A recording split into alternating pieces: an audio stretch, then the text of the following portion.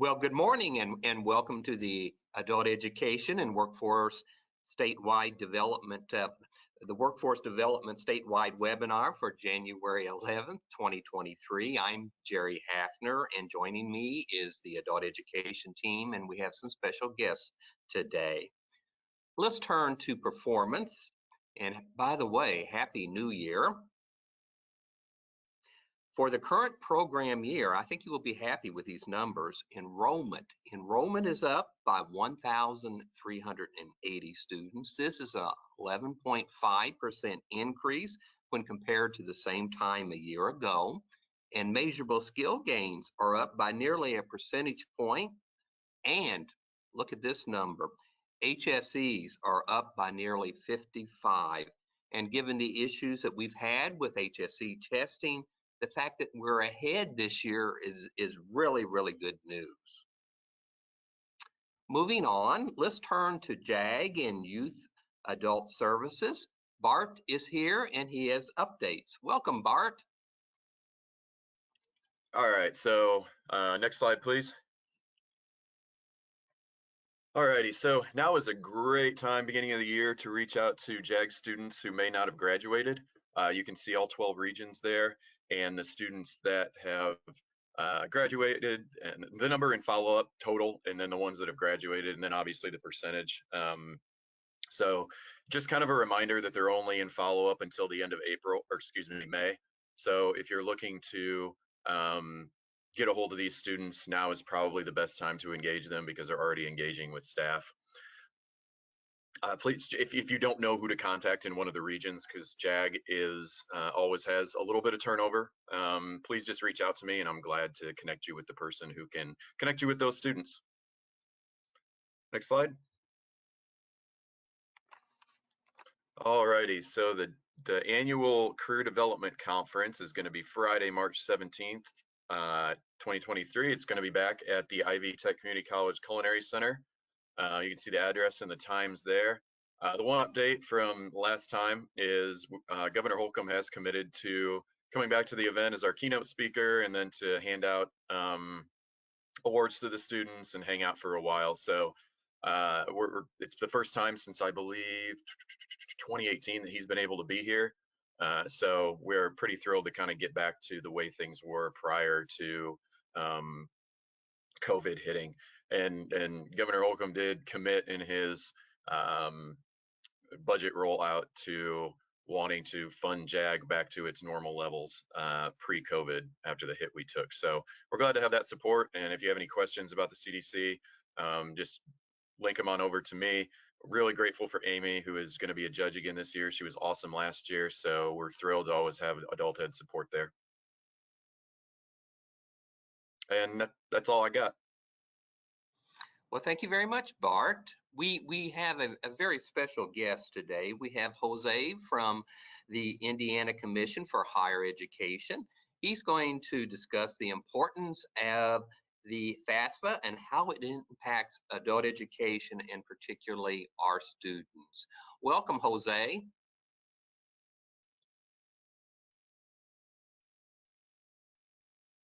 Good morning, everyone.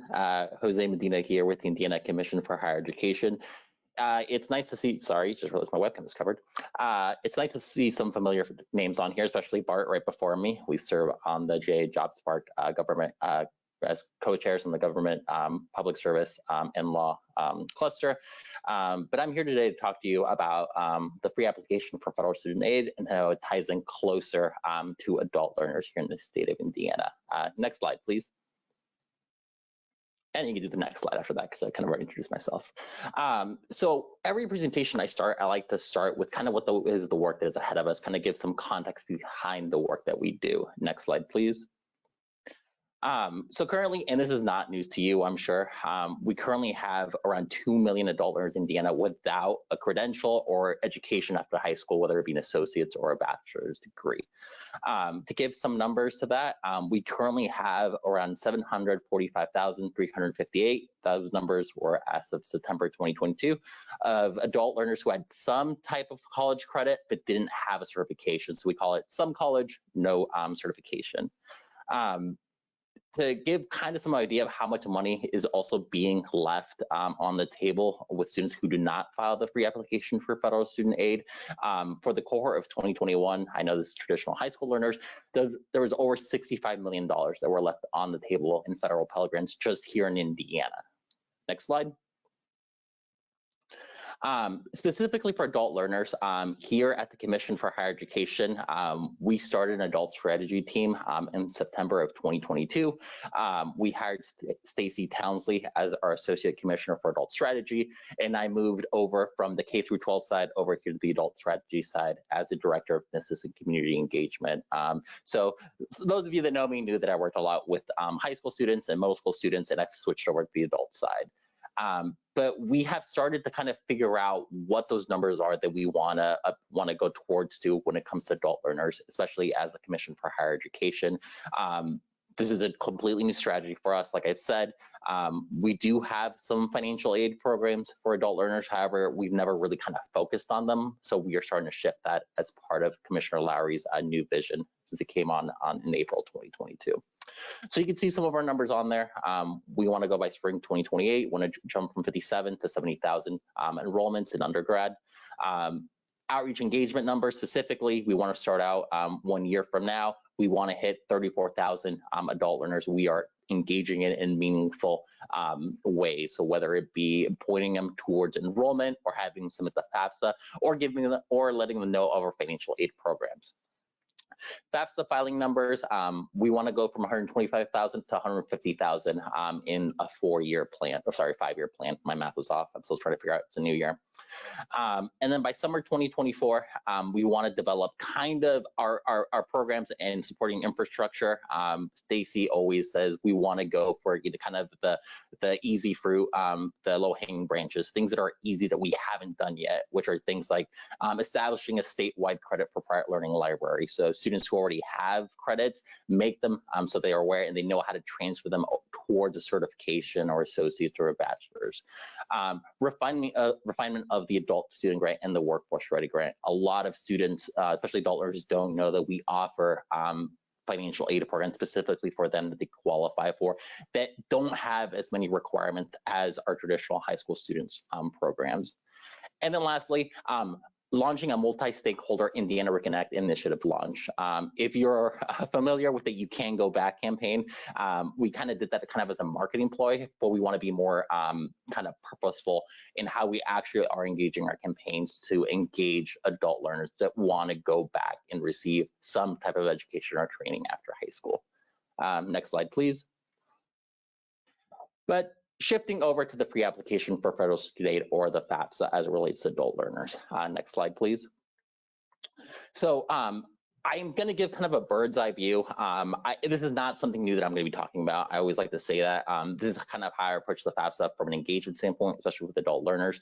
So one of the big strategies I say is really understanding the FAFSA. I still want to talk about the FAFSA to parents, families, traditional high school learners, even adult learners, they kind of get that twitch in their eye of like, oh geez, it's the FAFSA. I'm like, you just see fear a little bit. And I think kind of demystifying it and breaking it down does a lot in really kind of getting over that fear and also getting that movement to action to submitting the FAFSA. So I always say the FAFSA, you can see that fancy definition that we have on our website. However, I always say the FAFSA is an application that tells the federal government, the state government, schools, training providers, community-based organizations, how much money you need to enroll in a post-secondary training center or institution. It's a plea to say, hey, I need money to help pay for the cost of classes, the cost of training. And also shifting the mentality to kind of thinking of Olympic hurdles. Re-enrolling is kind of like the track event of hurdles. You eventually want to run on that track. However, there are little hurdles you have to jump over and over. If you look at them, they're not that intimidating, especially if you have the momentum to keep it as a part of the re-enrollment process instead of saying, oh, well, the FAFSA is something you have to do. You have to go to the federal website. It's kind of a one-off thing. Really including it as part of the re-enrollment process is really key to kind of demystifying and having someone to walk them through that process that kind of is confident with the FAFSA. I always say I'm fairly confident about the FAFSA, about 1 or 2 times a year, I get something that just completely confuses me because FAFSA is gonna FAFSA.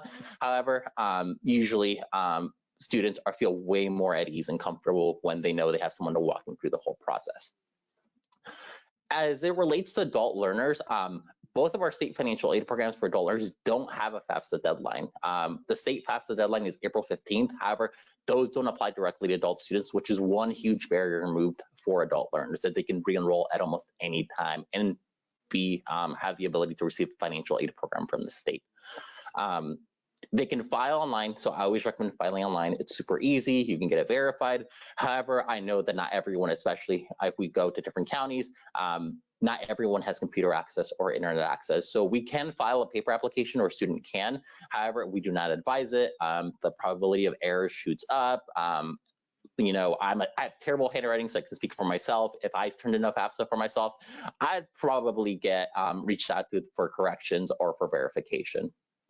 And then importantly, there's tons of free support available for anyone that needs it. There are organizations specifically that work with students to help them submit the FAFSA and answer any questions that they have. It's not something that students have to do alone. Next slide. Like I said, informing students of what the FAFSA is and what is needed. These are things that you probably already have if you're an adult learner, or it's easy to get. I'll talk about this a little bit more, but I break the FAFSA down into 2 halves: creating an FSAD and actually doing the FAFSA, the actual application. Things that are usually needed, I would say 95% of the time, if you have most of these, you are good to go, which includes personal information of the student, like a social security number, you know, address, phone number, creating a safe password and a safe key. Tax information.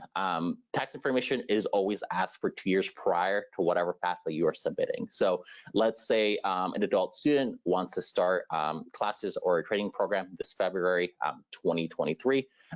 They're going to submit the 2022-2023 FAFSA, and it's going to ask them for 2020 tax income because it goes back 2 years for the actual FAFSA.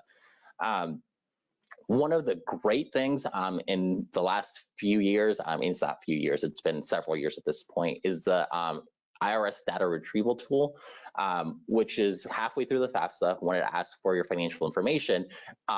If you go ahead and verify your address with the IRS goes ahead and pulls that tax information for the tax year and then pastes it on the FAFSA. It reduces the amount of questions by about 25%. It just makes it so much simpler, especially because the financial information is probably the hardest part of the FAFSA to actually submit. It makes it way easier, way more simple. Works about 80% of the time. The other 20% it doesn't work is because there's been a change in address, or there was a typo in the address. So the IRS is saying, hey, we don't have that tax information on file. And that's where you have to go ahead and input all that financial information for the corresponding year.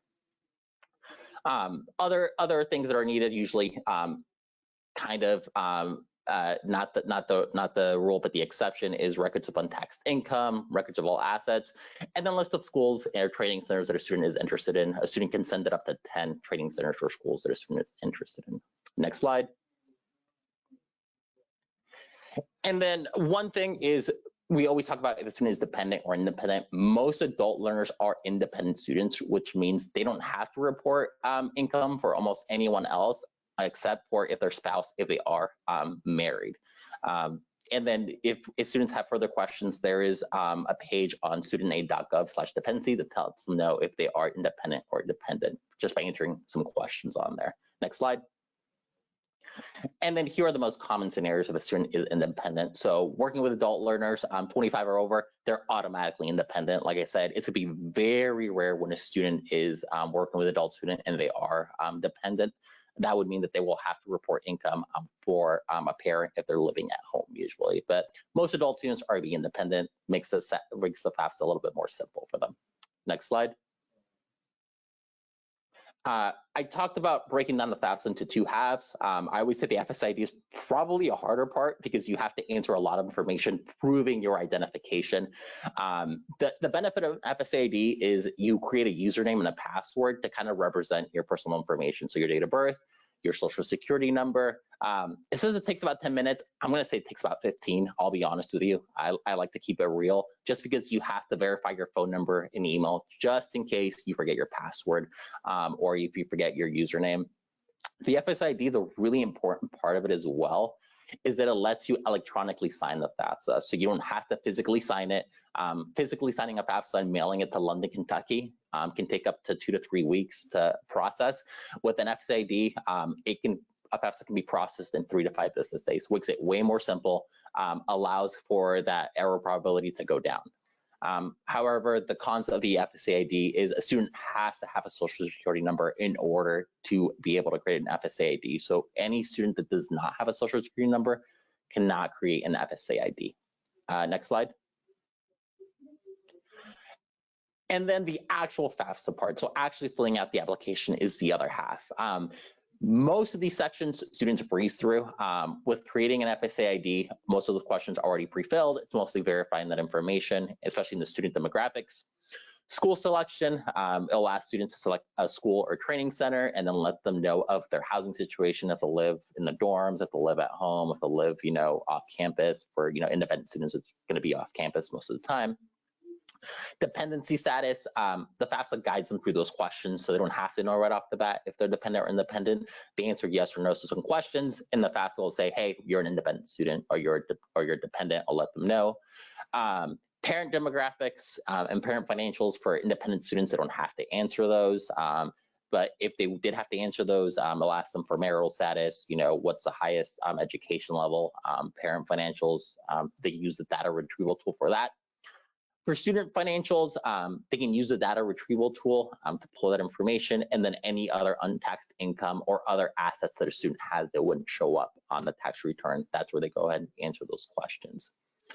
And then lastly, sign and submit. If a student is logged in with their FSAID, they just click a little box that says sign, done, that's it, and then you just submit it. They get a confirmation email, confirmation page with a confirmation number that they submitted to FAFSA. We receive the ISIR 3 to 5 business days, and then we let students know based off of their expected family contribution at this point, or EFC, if they qualify for the adult student grant, or if they're doing it as part of the Workforce Ready grant that they went ahead and completed the FAFSA. Next slide. And then I want to touch briefly on the FAFSA Simplification Act.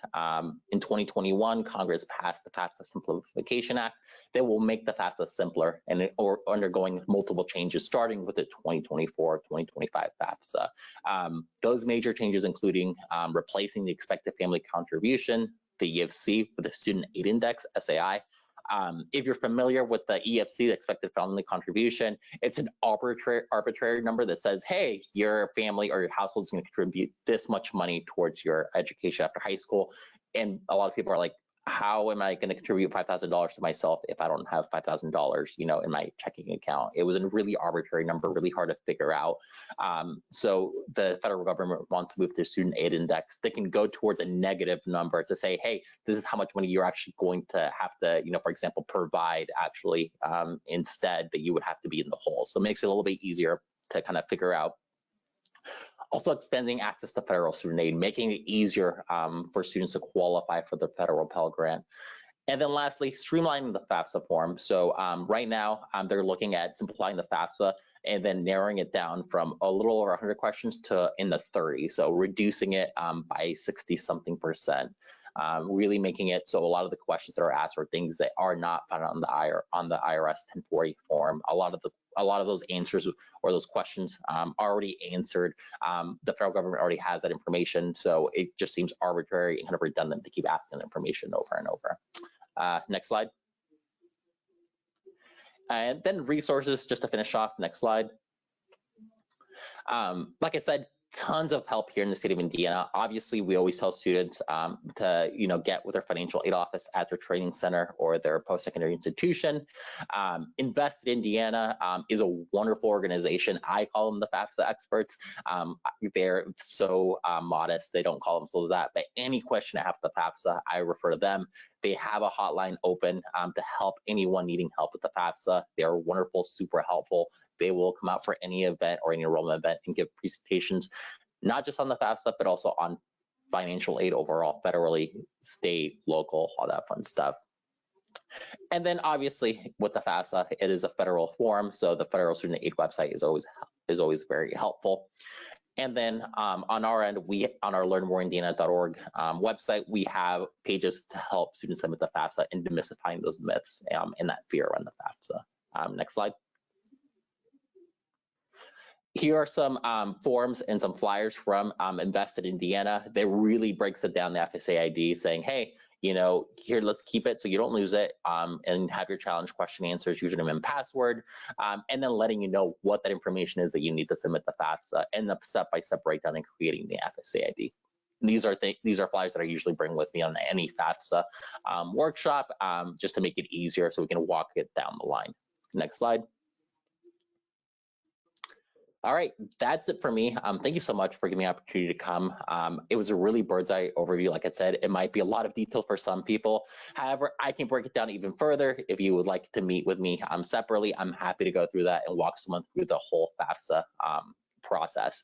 You can maybe see my email. I'm not sure. I've heard complaints about it being hard to see, but it is jmedina@che.in.gov. That phone number there is a state-issued iPhone, so please feel free to give me a call, shoot me an iMessage or text message. I'm happy to talk in any way that works for you. Thanks again. I'll be hanging out for the rest of the meeting. I'll be silent and with my webcam off, so if you have any questions, I'll be hanging out in the chat. Thanks, everyone.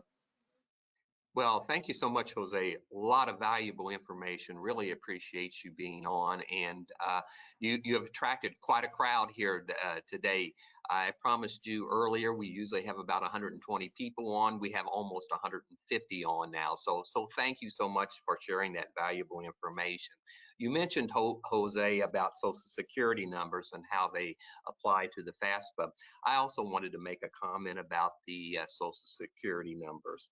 As a reminder, adult education providers must make every effort to obtain Social Security numbers from students according to our DWD policy that you see at the bottom of the slide there.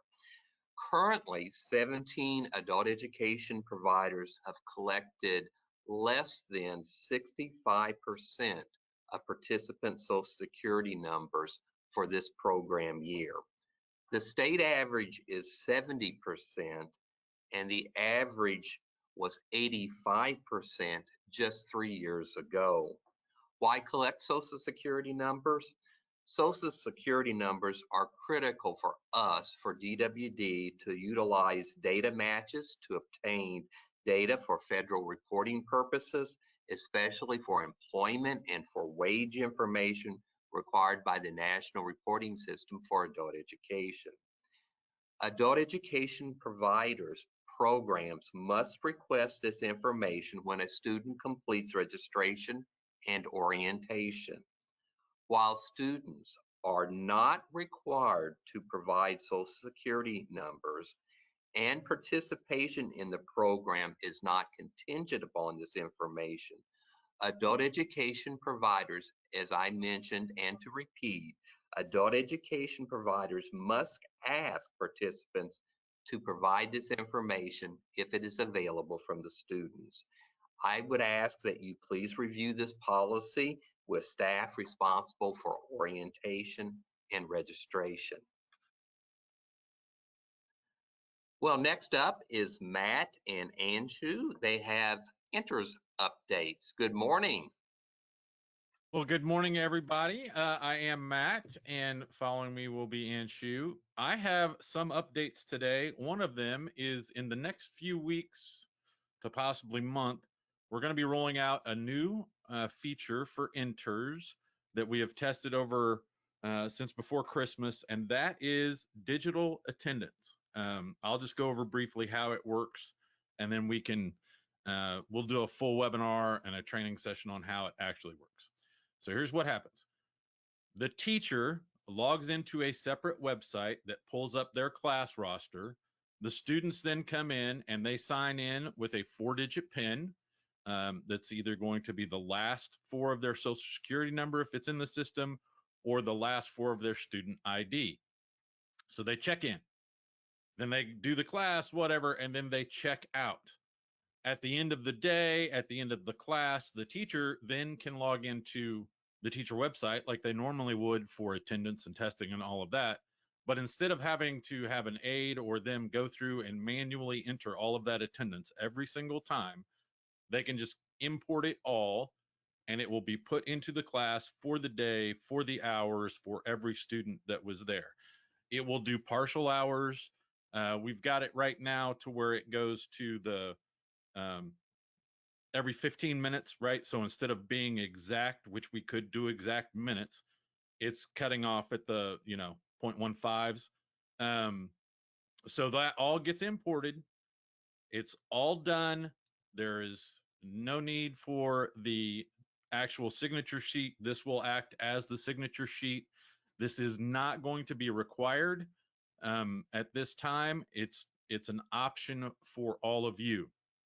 The one thing that I'll say in the testing that we've done, people had cheap Chromebooks, programs had cheap Chromebooks just sitting around that were not being utilized, and it works excellent on Chromebooks. It will even work on old laptops that, as long as they can get Google and the internet, Google Chrome and the internet, it will work on those as well. So if you have spare tech equipment sitting around like that, there is no cost for you to implement this digital attendance and upload. All you have to do is connect to the internet. The teacher signs in on a separate website, and again, it pulls up the roster.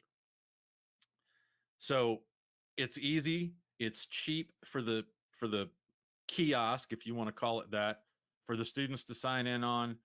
There is a bit of a learning curve for both the teacher and the students initially, but once they got used to it, it's been 100% great, and the programs that piloted this love it. So that's what I have, and we will take questions at the end.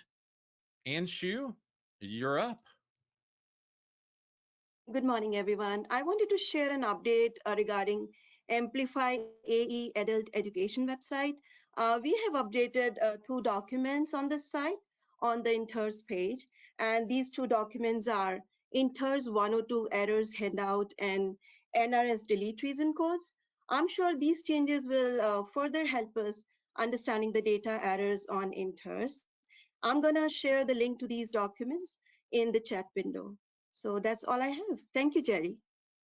Well, thank you so much. I appreciate the Inters update, and I know you will appreciate using, as we go down the road, the attendance feature of Inters. So that is a great feature.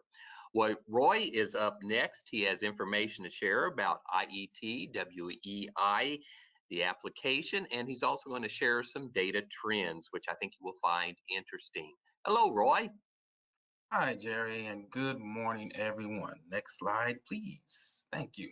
Just a few reminders on submitting your IET/WI applications. Please remember to include the total cost per student for the cost for the course and the occupational cost per student. I think it does help other programs when they are trying to figure out how much an IET may cost, that I can share that information with them. So if you please don't forget to do that.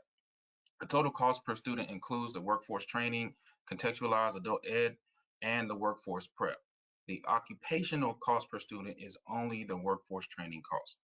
Please also double check your in-training program numbers. They often change from program year to program year. Finally, create your course in Inters and then fill out the Inters tab. The course information on the spreadsheet must match exactly what is in Inters. All right, next slide, please. Now, let's look at some data comparisons from our mid-year point last year. No real big surprises when we look at IELCE enrollments. Overall, we have increased IELCE enrollments by 85%. Region 1 and 5 more than doubled their enrollments, and Region 2 and 8 have increased by more than 1.5 times. Great work handling the increased capacity. Next slide, please. Alrighty, looking at our WEIs, we have increased our enrollments by 73%. Very impressive. Regions 5, 7, and 11 have more than doubled their enrollments, and regions 3, 5, 7, 8, and 9 have more than doubled their certifications. Really awesome work. Next slide, please. Alrighty, looking at the IETs, we have also made increases in enrollments and certifications. Regions 1, 6, 7, 8, have doubled their certifications for IETs. Other regions like 2, 3, 11 are close to doubling their certifications. And congratulations to all of the regions because all have increased their certifications. Really, really great work. Now, when we look at the IET courses, you may expect a similar dramatic increase in the enrollments and the certifications. If you remember, the WI enrollments and certifications increased by 73 and 151% respectively. But when we look at IETs, we see an increase in enrollments and certifications by only 11 and 70% respectively. So why is that? Next slide, please. If we look back at previous years, we can see some trends. One, our IET certification rate has been increasing over the years. That means programs are becoming more efficient at doing IETs and ensuring students who finish the course actually get the certification. Last year, we finished at 87%, and now we are sitting at 91%. Very good. The other trend I would like to highlight is that over the years, our IET WEI combo courses have increased each year. This means you have expanded your partnerships with employers, decreased the connection from training to employment, and skilled up current employees for employers. Thank you so much, and I know your students thank you as well. Happy New Year. And thank you, Roy. Let's move on to fiscal and grants. Donna is here and she will provide some valuable information.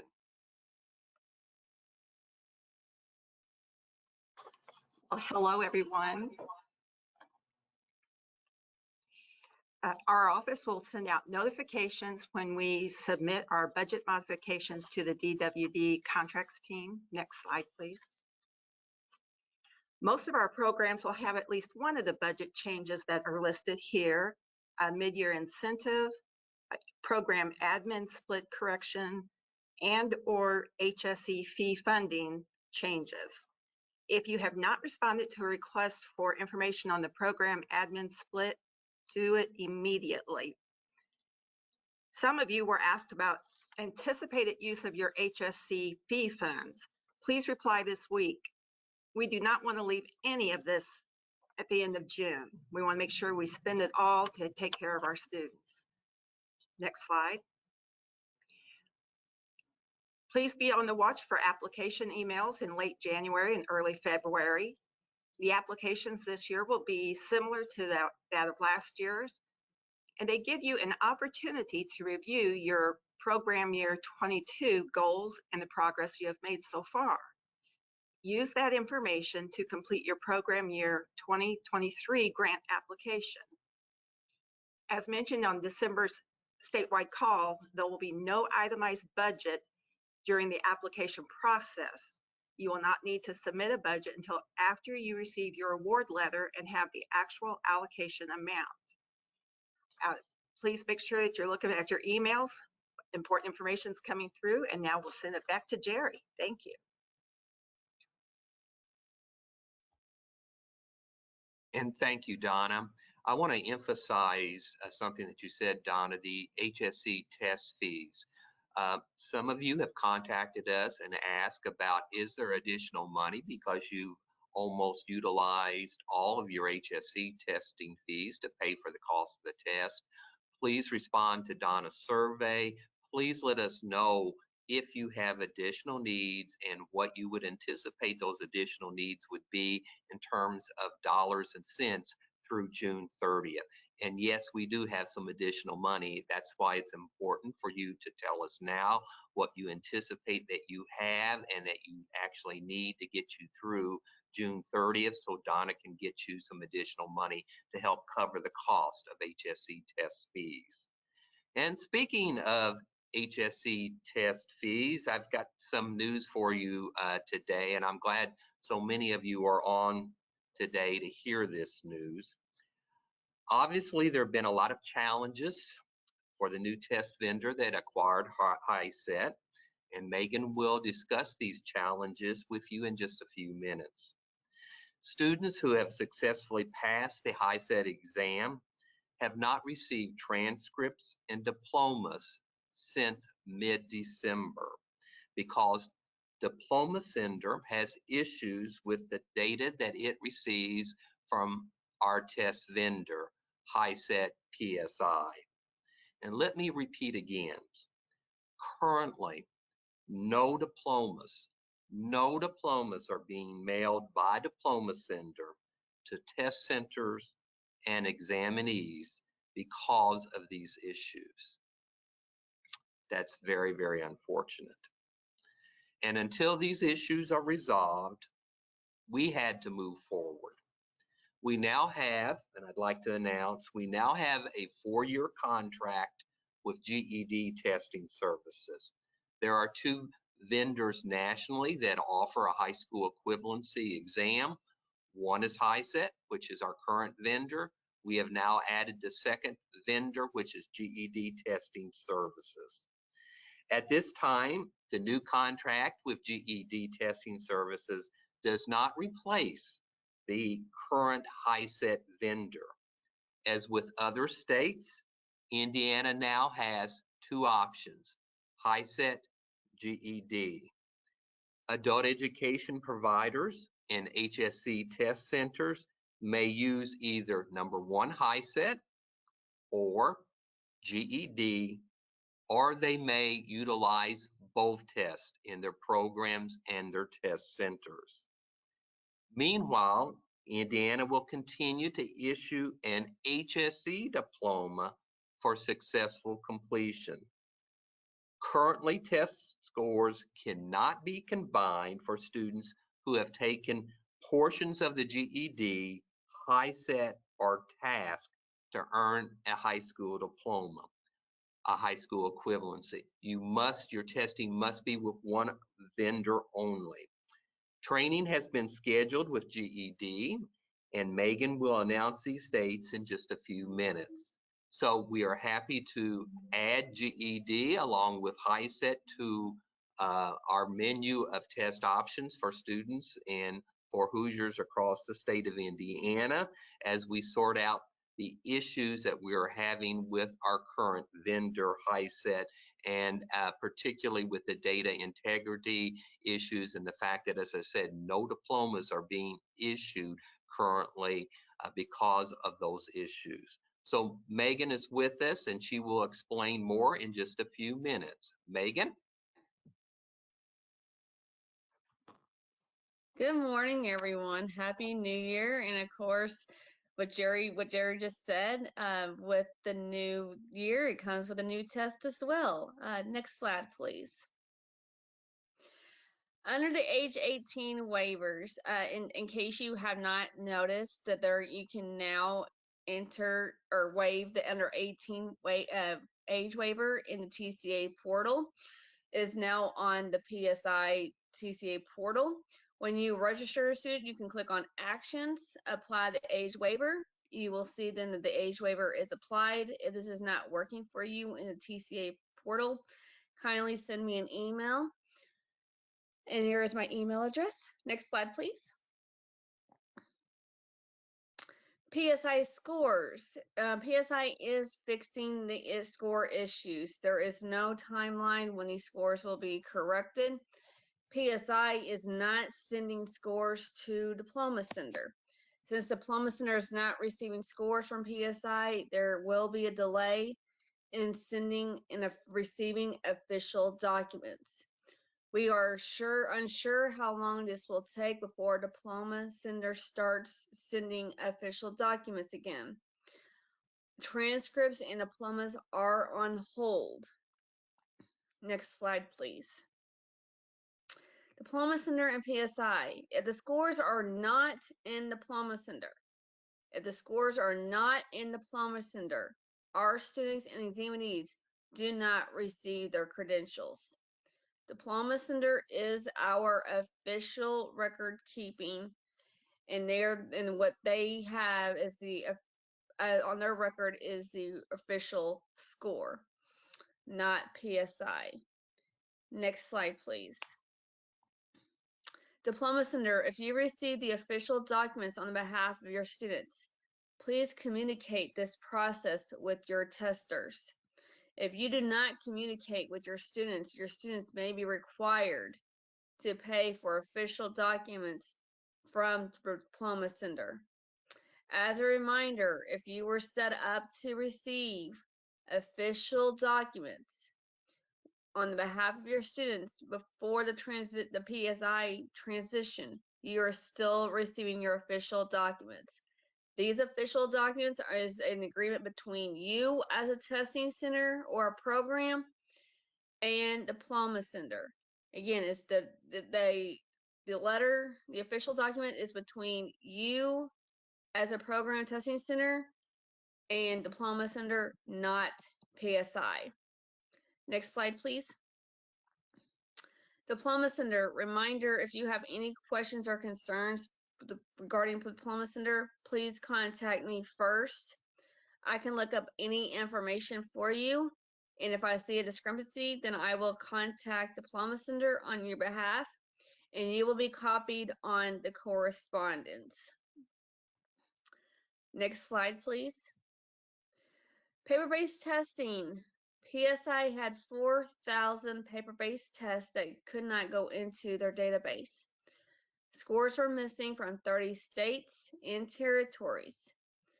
PSI had this number down to 1,800. Please do not retest an individual without knowing the original score. We do not want a student to retake a test, then find out they had passed earlier. The state must invalidate test scores, not PSI or diploma sender. This is up to the state to invalidate any test scores. Next slide, please. If a student is waiting for scores for a paper-based test on a paper-based testing and requires proof for a job, please email me. PSI will send a letter to the student employer explaining the situation regarding the scores. If you have any other concerns or questions, please feel free to contact me. I will say that I have an Excel spreadsheet of all the missing scores that I know of, and I had notified PSI and diploma sender HiSET of those missing scores. So if you know that there might be somebody within break over the holidays that I may not be aware of, please let me know and I will add them to my spreadsheet and email that back to PSI and diploma sender. Next slide, please.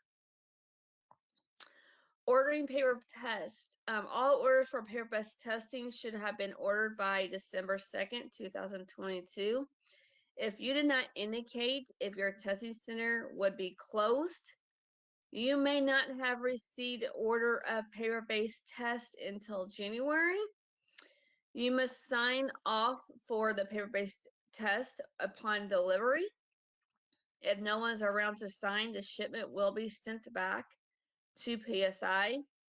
PSI does not want these tests laying around. The box is labeled HiSET. If you have any other questions or concerns, please feel free to email me regarding any tests that have been ordered. Next slide, please. If you did not receive your paper-based test from PSI, please send me an email and I will track these down for you. Next slide, please. Accommodations. In 2023, PSI will no longer use CDs with paper-based testing. PSI will no longer use CDs with paper-based testing. You must send an email to eaalerts.com at psionline.com. You will request a human reader for the paper-based test. To get a human reader, it will take 9 days to schedule. 9 days to schedule a human reader. So please, if you need a human reader, please at least allow 2 weeks. PSI uses a software called JAWS. JAWS is for your computer-based testing, not for the paper. So JAWS must be installed on the computer. JAWS will read the computer-based test to the individuals. You may have to coordinate with your IT team if you are in a school corporation. A system override may be required. If your IT personnel cannot be there physically, Please ensure that you have 2 telephones with speakers so PSI can communicate with your IT individual. Next slide, please. New test vendor. Indiana is now offering 2 tests, GED and HiSET. As a testing center, you will have the option of providing GED, HiSET, or both. On January 27th, potentially at 11 a.m. and potentially on January 27th, GED may hold a webinar for GED testing. It will be recorded and posted. After the webinar, I will check with GED and I will send you an invite. There will be 2 webinars, one for programs and one for the testing center. Friday, January 27th is the potential date for testing centers. Next slide, please. We do have a 3rd quarter meeting coming up for testing centers on Monday, January 23rd. HiSET will be on, so please attend if and all possible. We may potentially have another meeting on Friday, January 27th, 2023. This meeting will be, if we do have this meeting, it will be with GED, and this meeting will be recorded. That's all I have for you today. If you have any questions or concerns, please feel free to email me. Thank you, Jerry. And thanks very much, Megan. A lot of information there, especially about the new test vendor that we're adding. Please realize that as we onboard GED, it's not going to happen overnight, but we wanted to get the 2nd test in place. As you know, as you have experienced and as we have experienced the problems with the current test vendor and some of the challenges that they've had in getting scores and diplomas and transcripts to our students. Up next is Laura, and she's going to share information about the mid-year incentive that we have done and that we collected on January 3rd as we came back from the holidays and as we will be getting dollars out to you. She also wants to go over the governor's workforce cabinet's recommendations and a Chamber of Commerce report, in addition to some new functionality with Enters. So welcome, Laura. Thank you, Jerry. I appreciate that. It's good to see everyone. Happy New Year. Let's jump into our focus on enrollment. Just giving you an update, we did pull the mid-year enrollment totals and Table 4 on January 3rd, so about a week ago, and we are reviewing that information now. We'll have information out on the mid-year incentive as soon as possible. We are in that process of reviewing the number of programs who met their goals and the funding that is available at this time.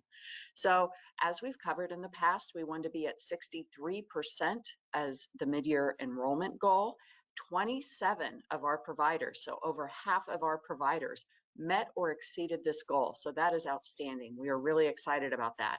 And 4 regions collectively met that goal. So regions 2, 3, 8, and 9, all as a region met that goal. So great job to all the programs that hit that goal and all the regions as well. We had an additional 10 programs that were at 90% or higher towards that goal. So I know a lot of people have come to me and said, you know, we're looking for a strong second half if they didn't meet that enrollment goal in the first semester. I know there are a lot of plans in place, so great job and keep up the good work. Right now, as of actually last week, January 3rd, we were at 12,955. We're over 13,000 as of right now. So we are very close to that 63% as a state. So that's great news. Next slide, please. So as Jerry said, I'm going to give an update on the Governor's Workforce Cabinet legislative recommendations. And as many of you know, the legislative session started on Monday, January 9th. So down at the State House, they are reviewing priorities, budgets, and different bills. And these legislative recommendations from the Governor's Workforce Cabinet is hopefully shaping a lot of those priorities in the State House as they are meeting. So I want to give you a little bit of an overview on this. This has come out, and adult education is very heavily mentioned throughout these recommendations. But as some of you may know, this report is 38 pages long. So it's a lot of information to digest.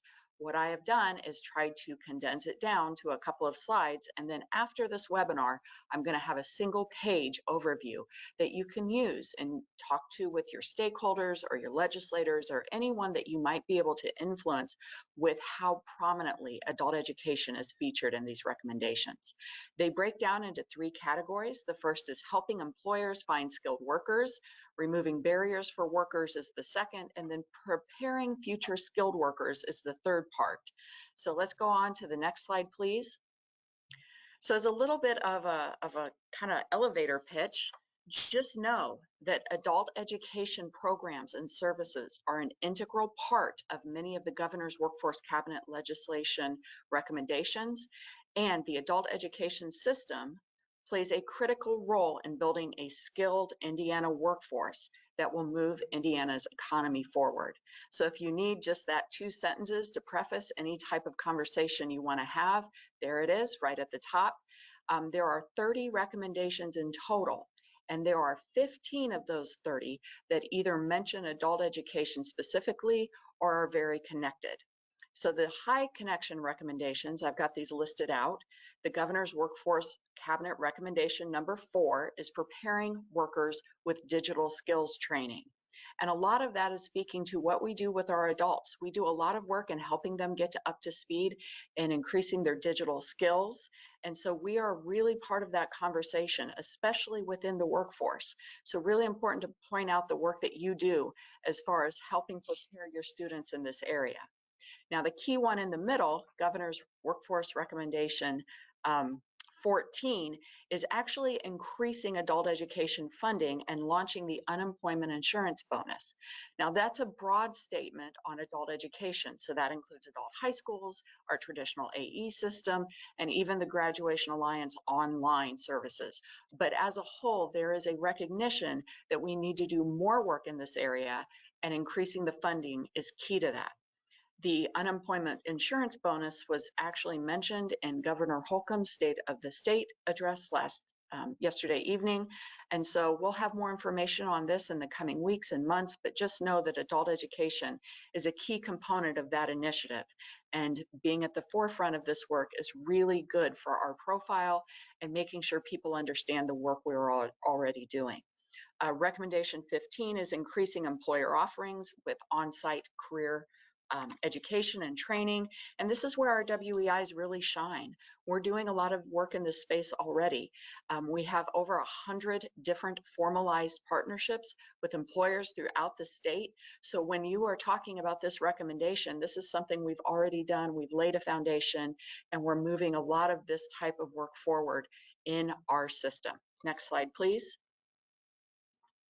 So as you can see here, there's a lot more recommendations. I'm not going to go through each of them at the same level, but just once again, making people understand that adult education is part of the solution when we're looking at a lot of the workforce issues and problems that we're trying to solve on the state level. So the moderate connections are recommendations 1, 13, 22, and 30. And a lot of this talks about the digital skills again, increasing access to credentials of value, which we've already done with our IETs, once again referencing the work we've already done in this space. And then number 13 is increasing access to early learning services. And while a lot of that revolves around early childhood education and childcare, there's a specific reference to creating a short-term credential that we would be able to pick up and support and find people to take and supply workers in this really critical area of need for early childhood education and childcare. So adult education definitely can play a role in that space as well. The peripheral connections talk about work-based learning, expanded transportation for youth, expungement, the critical role that immigrants, highly skilled immigrants can play as far as advocating for more legal immigration. So there's a whole slew of things down there in that peripheral connections that is important for us to understand and know about, because once again, it can impact our system, and it can also be us helping provide these solutions. So on to the next slide, please. Now just to touch on a report that came out from the Indiana Chamber of Commerce on durable skills, which is what we also know as soft skills. This report was released on December 23rd. As we all remember, that was right before the holidays in the middle of a winter storm, cold weather warning. So this kind of got buried in the news, but it focuses on the mentioned skills that employers are most requesting. And it's not a surprise that these durable or soft skills show up more often than technical skills, because this is something that applies across all industries and is consistent over the course of time, whereas some of these technical skills or hard skills tend to shift as time goes on and jobs and positions change. So what this report does is it shares common definitions and attaches sub-skills to kind of our broader, vaguer soft skills that we're used to seeing. And I'm going to share that here in a moment. Next slide. So they came out and said the top 3 skills that are most requested, most seen on all these job postings at a national level and at the state level are communication, leadership, and metacognition. Next slide. When we break down communication, this is defined as information exchange and management. And when you look at the subcategories, this is where we really need to help our students not only develop these skills, but be able to sell them. This is how they can create a resume. You can work with your students on presentations, persuasive writing, like what they're doing with an essay, public speaking, which a lot of them do in class.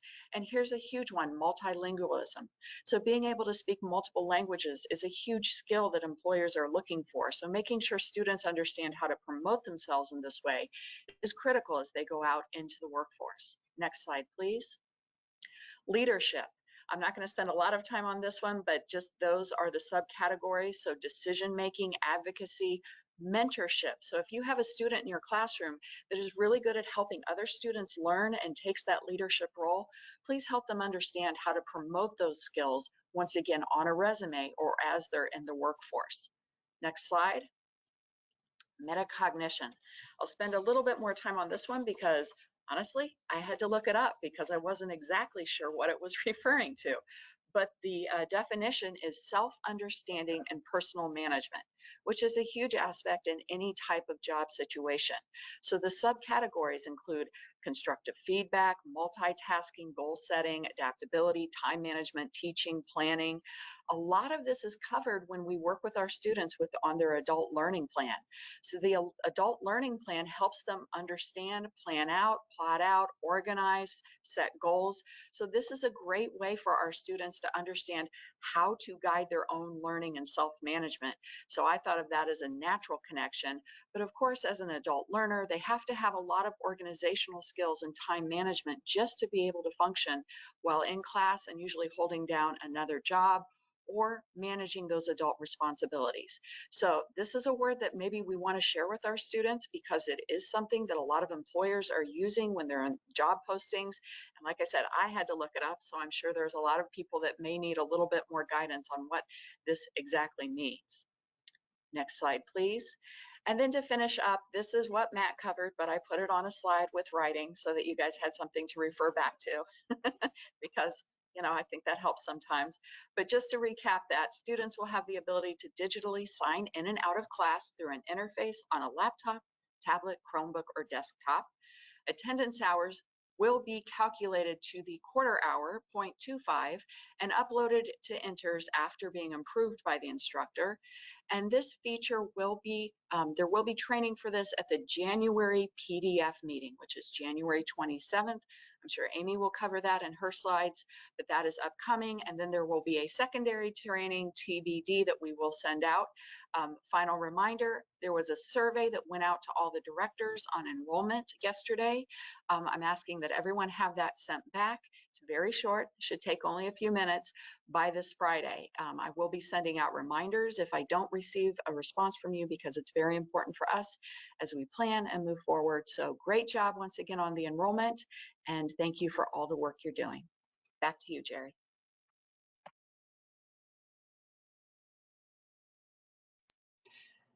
Up next is Camelia. She has lots to share about Adult Education Day at the State House in February.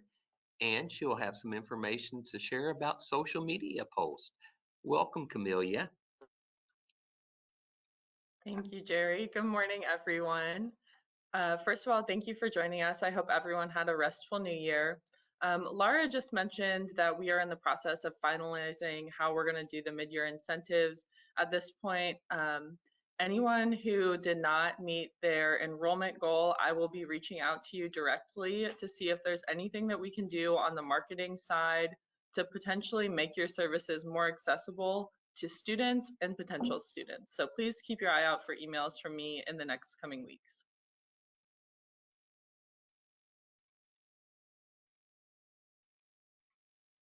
Adult Education Day is coming up, and some of you may have attended this in prior years, but I will give you a reminder of when it's going to be, because I know it's already January and February is going to be here very quickly.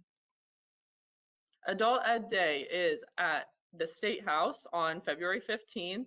It's going to be from noon to 1 p.m. And then following the reception, we will have students able to tour the State House. Again, you can see the address there. Feel free to screenshot this, but more information will be sent out. And then we'd love to have your staff, your full staff, your state representatives are supposed to be there. And then please encourage your business and employer partners to attend. The Governor's Workforce Cabinet, in addition to emphasizing adult ed, has strongly emphasized our connections with employers. So if you do offer IETs, in collaboration with certain employers, please encourage them to join us. And of course, please invite your students. I also have made some social media posts that you all can share to promote Adult Ed Day. They are available on our social media library, which again, I'll send the link out for everyone following this meeting. And of course, if you have questions, please email me.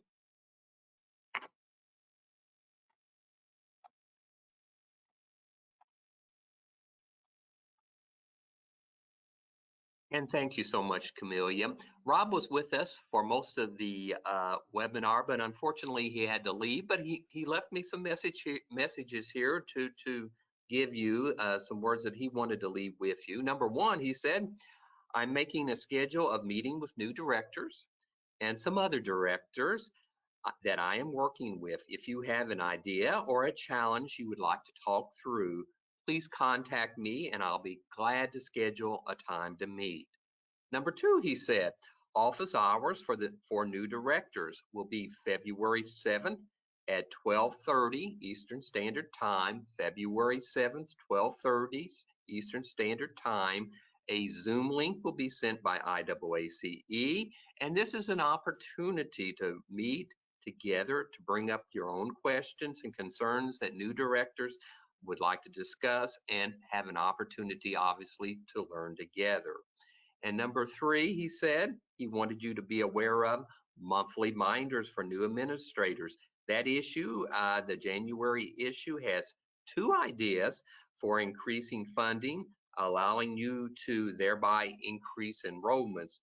This issue was emailed to new directors. Others can access it on the website link that you see there on the slide. So Rob will be able to join us in February, but those were the 3 points that he wanted you to be aware of in his absence.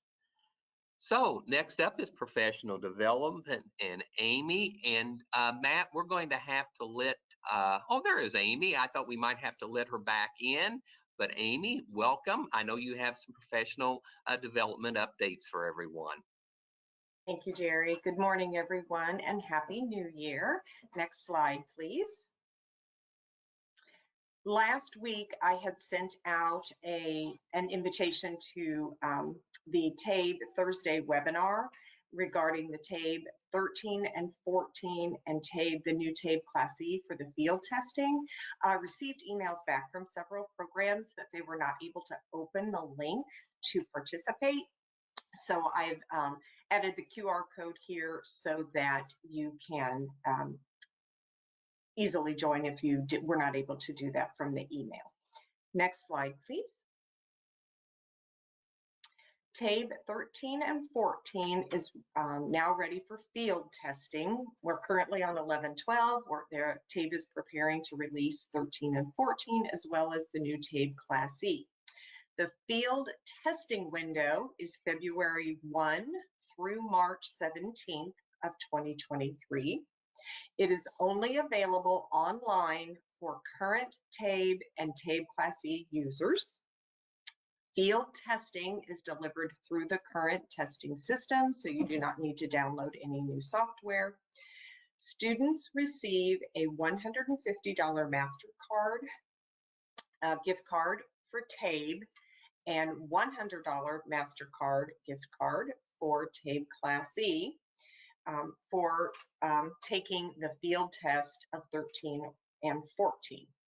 Students must complete both versions of the assessment in all subjects to earn the incentive. So this field testing is to see, for TABE to see what is working, what questions are too difficult, what questions are misunderstood, that information before they submit it for final approval with the FITs.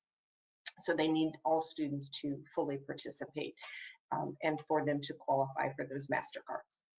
Both versions of the subject must be completed within 10 days. There's no minimum hours between test versions. Students have until March 17th to complete all subjects. No minimum number of students required for participation, so any program can participate or ask their students if they would like to participate. These versions of the test are not approved by Octave at this point and will not count as a valid pre and or post test. So if a student is ready for a post test in their regular class, they will still need to take either version 11 or 12 for that to be documented in enters to measure their gain. The 13 and 14 is lower stress for the students because it does not count as a potential gain or for the students for this program year, so they can use it as a practice for learning what they're still missing or what they've retained while they've been in class, but it will not count as the official one. Next slide, please. Several of you received right before Christmas, before the break, an email for YES LMS, the YES Learning Management System. This is sanctioned by the Department of Workforce Development. Nancy Davison is heading this new learning management system. Her email is listed below, as well as Donna Ewart, who is the grant coordinator and assisting Nancy with any support and questions. If you have not already joined, if you're a director or a PDF and you have not already initiated your username and password with YES LMS, please feel free to do that. It is a safe, secure site that we will be issuing trainings through. The state, the Department of Workforce Development will be issuing trainings through this learning management system. There are 3, I believe, trainings currently available. There's a test or a practice one, and then there are 2 actual courses already listed within the learning management system. Once you have your username and password established, you can go through those courses. So next slide, please. Below is which will be easier to see when the slide deck comes out, but below is a sample screenshot of what your dashboard will look like once you have established your username and password. It will show that you're either as an administrator or a participant, and the courses that are available and how many are participating in those courses and what courses are available to you. Next slide, please. Once you click on your course library, again, there's the sample one that's first. I think it's trees in the background on the tile. The second one is the workforce collaborative and integrative co-enrollment. It's sort of the counties by puzzle piece. And then the third one is, I believe, I'm not sure what building that is in the background, but anyway, those are the 3 courses that are currently available. You can practice in the example, and then I highly recommend doing those 2 courses that are currently available. There's some really good information to help you understand how adult ed fits into the workforce development of the state of Indiana. So next slide, please. Literacy Foundation for Dollar General. They have a grant each year. I believe it is now available. When I made these slides 10 days or so ago, the date of the release of the application had not been released on their website, but I do believe it is available now. There are 2 different grants you can apply for. The Adult Literacy Grant, which covers adult basic education, high school equivalency preparation, English language acquisition, and the Family Literacy Grant, which also includes adult education instruction as long as it is somehow integrated with family literacy. They're fairly open-minded and liberal about what qualifies for both of these grants. Several Indiana programs have received the grants over the last few years for a variety of uses related to either adult literacy or adult literacy specifically. So if you I highly recommend everyone send in a grant application. It is not a difficult application to complete. I'm willing to help if you have questions, and if you're unsure what might qualify, please feel free to reach out to me, and we can have a discussion about that. But again, Dollar General is very liberal in what they consider available resources for adult education and family literacy. Next slide, please.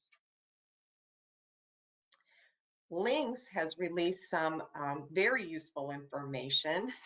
If you have an IELCE or an ELL class within your program, you will find this information very helpful. I read through both of these links to look at this information. Has a lot of good information, resources that you can reach out to for questions and additional information. The particular title of this link's information is Enhancing Access for Refugees and New Americans.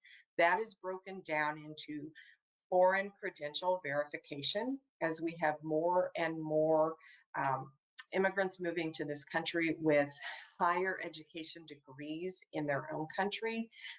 They will be needing assistance with getting those credentials verified. And so as an adult education program, an IELCE program, an ELL class, as with your teachers, please have them reference this information so they can assist those higher degreed immigrants be able to use those degrees to whatever ability they can within this country. Also, many of our immigrants coming to this country will need work authorization documents. There's a lot of information available on which documents are required, how immigrants are able to work in this country legally, and what that process is. So please feel free to research for extra information as you're helping your students and your immigrants in your program. Next slide, please.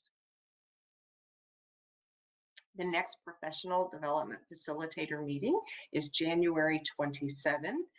As Laura and Matt, I think, both mentioned, they will be presenting on the new digital attendance function within Inters.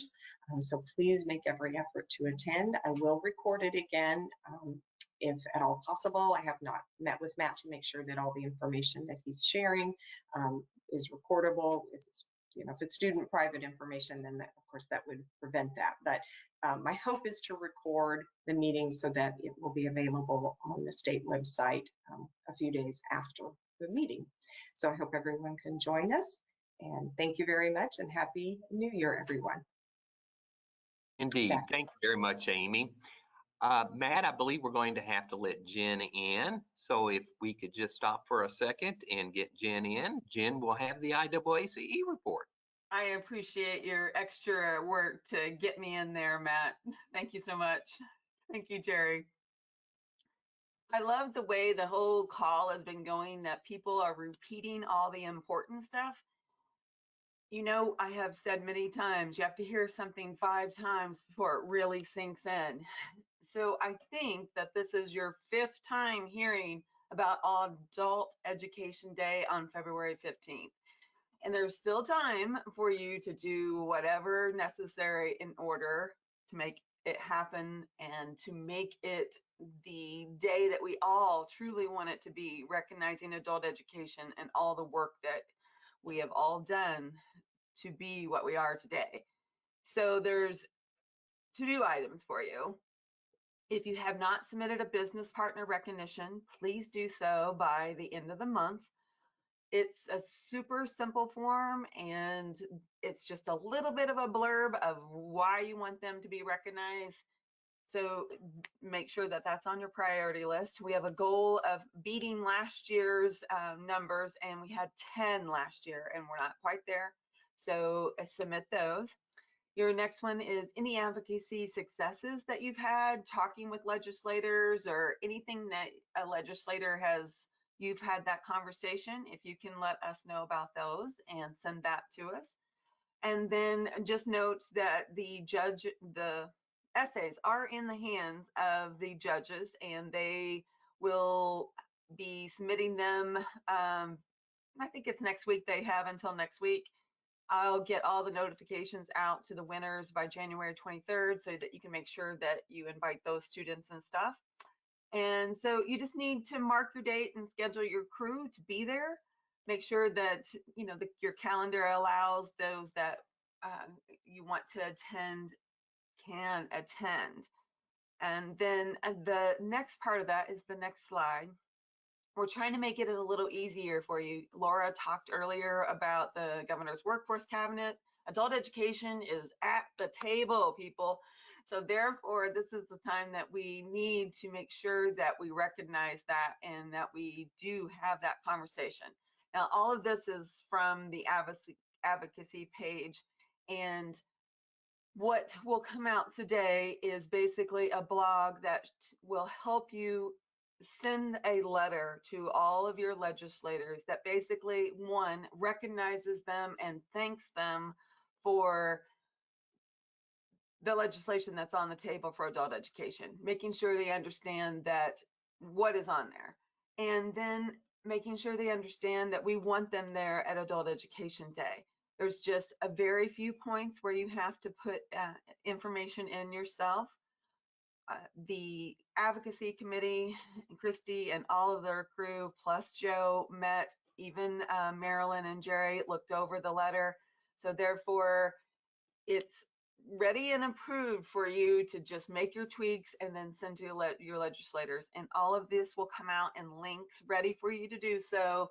And you can do it with a quick copy and paste and maybe a few typing words, and then off some emails go to your legislators. And there will even be a link so you can help find your legislators if you don't have your handy dandy list. But I suggest that as well. And then all of the rest of this is just more information that we need to still stay at the table. These are just ways that you can make sure that whenever you're talking to legislators that you're prepared, and that there is a goal for every, there's a goal for every meeting. Telling student stories, of course, is important, but all the talking points are off that advocacy page. So look for the blog today. Adult Education at the Table, I believe, is what the title is going to be, and it should be in your email boxes shortly. Next slide. The Indiana Literacy Association, the deadline was technically last week, but I went ahead and extended it. If you are interested in serving the Indiana Literacy Association, I'll re-emphasize that the 501c3 organization, their mission has always been to improve literacy and basic skills education. That can be English language learning. That can be digital skills. Therefore, we need individuals on the board that can help make those things happen. So if you're interested in serving on the board, please go ahead and submit your interest, your name, bio, and a statement of interest to the address inlitassociation@gmail.com. Next slide, please. Have you heard? We've mentioned it a few times, maybe not 5 yet, but there is a professional development opportunity coming soon. The Virtual Institute will be Friday, May 5th. That is also the date of the annual meetings. And the whole focus is digital skills and advocacy. We're working on some great keynotes in the advocacy world, and then of course the digital skills. You'll not only be able to practice the digital skills by attending, but then there'll be lots of sessions on digital skills that'll help you improve yourself and then help you carry that information to your students and your staff and that sort of thing. Whenever it comes to this day, I will also mention that oh gosh, I totally lost it. Yeah, that's all I can think of right there. So next slide. Even I have a brain fluff. So the nomination and election committee for the board of directors, actually they just met yesterday. They've set the calendar for the nomination process for IAACE board of directors. The nomination process will come out next week. If you are interested in the IAACE board, or if you have questions on what the IAACE board, what a particular position does, or just in general don't know who you should nominate, you can reach out to Lauren Bell, Mandy Logsdon, Ted Pearson, or Cynthia Warner-Lowe, and they will talk you through it. Best way to communicate with all of them is to send them an email, and then you can set up a time to chat or text if that's preferred.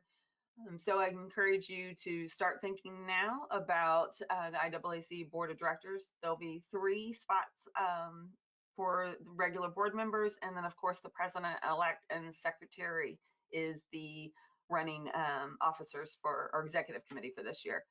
And like I said earlier, the annual meeting is Friday, May 5th. That's the same day as the Virtual Institute. And of course, there always is a lot of important information on the annual meeting, like the budget and stuff like that. But I can fathom that there will be a lot of important issues at that meeting. And so I encourage the membership to mark the date, save the date so that you can attend. And next slide. COABE, if you don't know by now, if you're a member of IAACE, you're a member of COABE. Board of Director nominations are due by January 15th.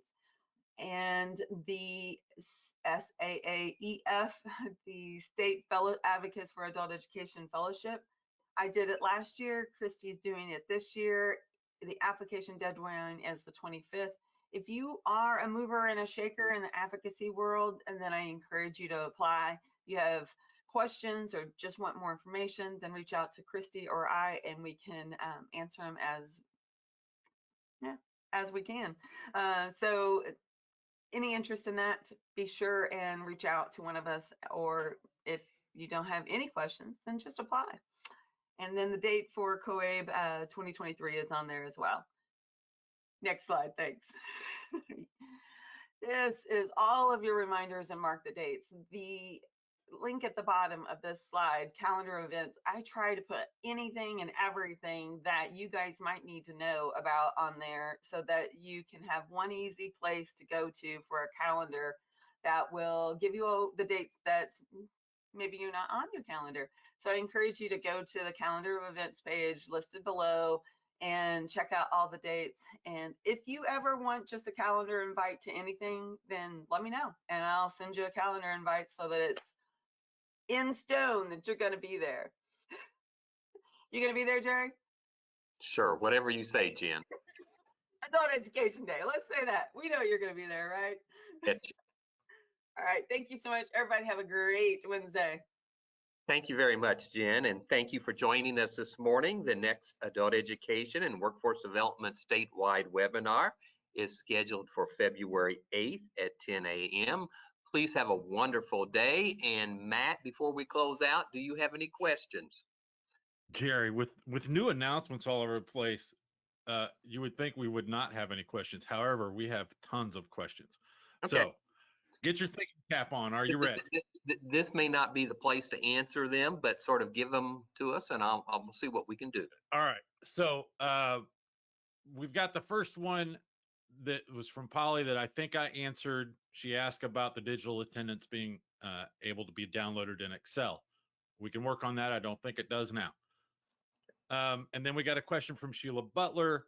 Megan, on any scores, even computer-based, I think that is in reference to PSA not sending any scores to DRC. So they're not getting any scores at all. They've refused all scores.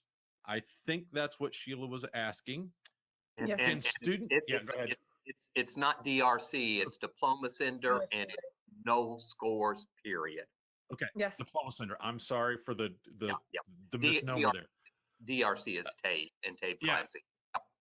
Okay. So can students who have taken or passed some subjects, but not all subjects on the high set, switch and take all subjects through GED? So if they've taken part of the HSE and not passed them all, can the programs go ahead and switch them and test them all on GED new? Yeah, they can. We just won't be able to combine the scores. Right. So you can't mix if and they- match. You cannot mix and match. So if they want to start completely over with GED, that would be fine. It just will take a little bit of time though before everybody gets up and rolling with GED. So I would prefer, to see what happens with high set in the meantime and see what ends up coming out from all the scores. But if nothing is resolved by, I would say March 1st, and just go ahead and switch them all over to GED. Okay. And then just to confirm, this is from Angie Refo. Does PSI want us to send back to them unused answer sheets from 2022, or do they just want us to shred them? I would say send them back, but I don't know. I've asked PSI that question and I have yet to get an answer. Okay. What time is the meeting on January 23rd with HiSet? That will be at 12 o'clock. Okay, so that was from Sheila Butler. Maybe email her invite or something. Okay, if the test center is for the test center administrators, then Okay. also all the test administrators are on there. So, okay. Okay. Sheila, did you understand it's for the test administrators? All right. Now, this is a statement from Alfonso. It's not so much as a question. And his statement is, I understand the need to switch to GED and support this action. On the other hand, as a state, we need to move towards one HSE test. If we keep both, it's only going to divide AE and do a disservice to our students. I just hope there is something in the works for this issue. Thank you. I just wanted to get it out there. We are not I will just say this, we're not the only state that has both tests available. And given the issues that we have had, time will tell, but we needed to have in Indiana a test available that we can utilize for our students. We cannot be without a test at this point in time. At this point, there are a number of states that do use both tests. They allow, as we are doing, the adult education providers and the test centers to decide which of the tests that they want to use. And as I mentioned, you may use HiSet, you may use GED, or you may use both. You just cannot combine the scores at this point in time. But time will tell. Okay. And then here's next question from Melissa Hampton. Would the GED also be in Spanish? Yes. Yes. C. Sí. ¿Cómo está? What would be the benefit of changing from HiSet to GED? Why would providers want to try to do both? What is the plan for the future? Finish the PSI contract and move to GED in 4 years? That's from Stacy King. We must assure that Indiana has a HSE test that it can count upon, that you can count upon to deliver a high school equivalency diploma to our students. We felt it was necessary because of the issues that you have encountered, that we have encountered with the current test vendor, that it was prudent for Indiana to add this additional option, as I said earlier, as other states have this option in place even before these issues came about. So This is actually a really, really good question. Does GED still require test examiners to hold a minimum of a bachelor's degree?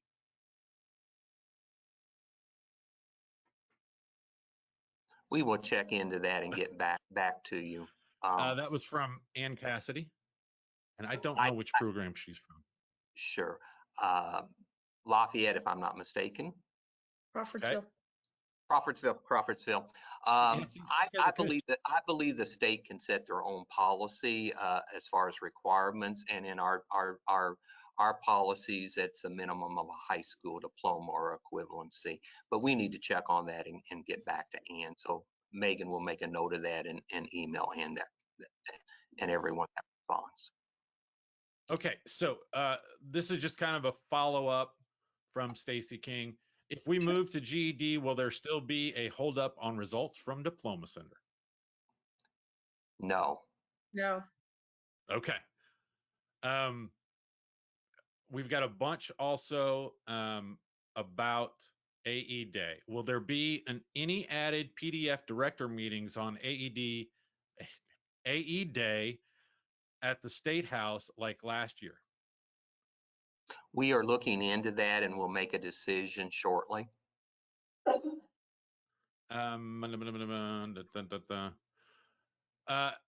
Amy, people were having problems with your QR code. If you could email that to Stacy King and Angela Refo or out to your PDFs, I think that would be good. I will do that. Would the incentives for the field testing come directly through DWD to students, or would the incentives come to us to give out? Should come to you. As the provider. Yes. Will there be a new practice test before June 30th? We currently use 2020 version for HiSET. Not that I'm aware of, not for HiSET. Okay. This one again, is there going to be another adult ed meeting for AE Day? We'll let you know on that. So the Megan, the paperwork in my new materials said to return paper answer sheets as well. Is that correct? Just return everything, right? Yes. If that's what Okay. it says to do, yes. I know some people have been getting mixed information, and some information has been missed. So if it says to send both and then send back both. All right. If a student switches from HiSET to GED, can we use state funds to pay for the battery again? We'll get you information about that, but my inclination is yes. Okay, that was from Connie. Because it's through no fault of their own. Right. Also, will there be a French version of the GED? Because I think there used to be. No. There will not. There will not be. And then, Megan, will you send out what they need to offer GED? Yes, that will be discussed in meetings with GED. And then there's just some discussion of back and forth on the division thing. With regards to GED testing, can students test some subjects and in English and Spanish? Do they have to take it all in English? Do they have to take it all in Spanish? They can mix and match on. Okay. Mix and match languages, yes. Okay. This is from Julie. How long will we be required to wait on PSI scores until another action will be taken with these students who are in limbo? You need to make that decision. You need to do what is best for your students. Megan has done everything, and you have done everything, and we have been extremely patient in Indiana as well as the other states that use HiSET across the country. But we're going to leave that to you. We don't have a crystal ball. Megan has, on every request email that she has received, forwarded on and asked for responses from the vendor, PSI. As I said, I think you need to do, and you need to make the decisions on what is best for your students locally. And time will tell. We just don't know. Well, that is all we have. Thank you all for the questions. I know that was a lot of information, and there's some big questions about the new test vendor. I will do a follow-up. And there's sure, and we expect that. We don't have obviously all the answers because over the holidays we received the executed contract with GED. So in the coming weeks, as I said in my earlier comments, this was not going to happen overnight. So we're not just going to turn the switch and say GED. But please realize that as we continue to sort through some of the PSI challenges, we want obviously to give some time to get through those challenges. We don't want students to have to completely switch over and take another exam, the GED, if they don't have to. But at this rate, we've felt very strongly here at the state office, both Marilyn, Megan, myself, and our staff, that we needed to have another option in place should we continue down the pathway of you not getting your students' scores. Obviously, in mid-December, PSI and the data integrity, no diplomas are going out, no transcripts are going out, even if you successfully deliver the test with your students without any issues because of the data integrity issues that Diploma Center has. No one's getting diplomas, and that's not acceptable, as we all know. So we just needed, as I said, to have that additional option there, and time will tell. So thank you, Matt, and everyone, thank you for your patience. Megan will continue to work her heart out as she has, as well as you, to make sure that our students have the diplomas that they so rightfully earned. Also, just so you all know, Enters is or has been updated to accept the GED scores. We did some stuff on the back end with Steve.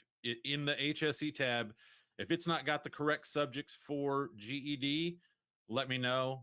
Steve was checking all of the scores to make sure a whole lot of it didn't change because, you know, we had used GED before. So it's there. Again, as always, to get credit for any equivalency diploma, mark the achieved diploma on the achievement screen and then the scores and stuff. But obviously, if we're going to be able to get scores from Diploma Center again through GED, then it'll all get data matched as well if you got the social security number, like Jerry mentioned earlier. And that is all I have. Take care, Anybody everyone. else? Yeah, we'll see you on February 8th.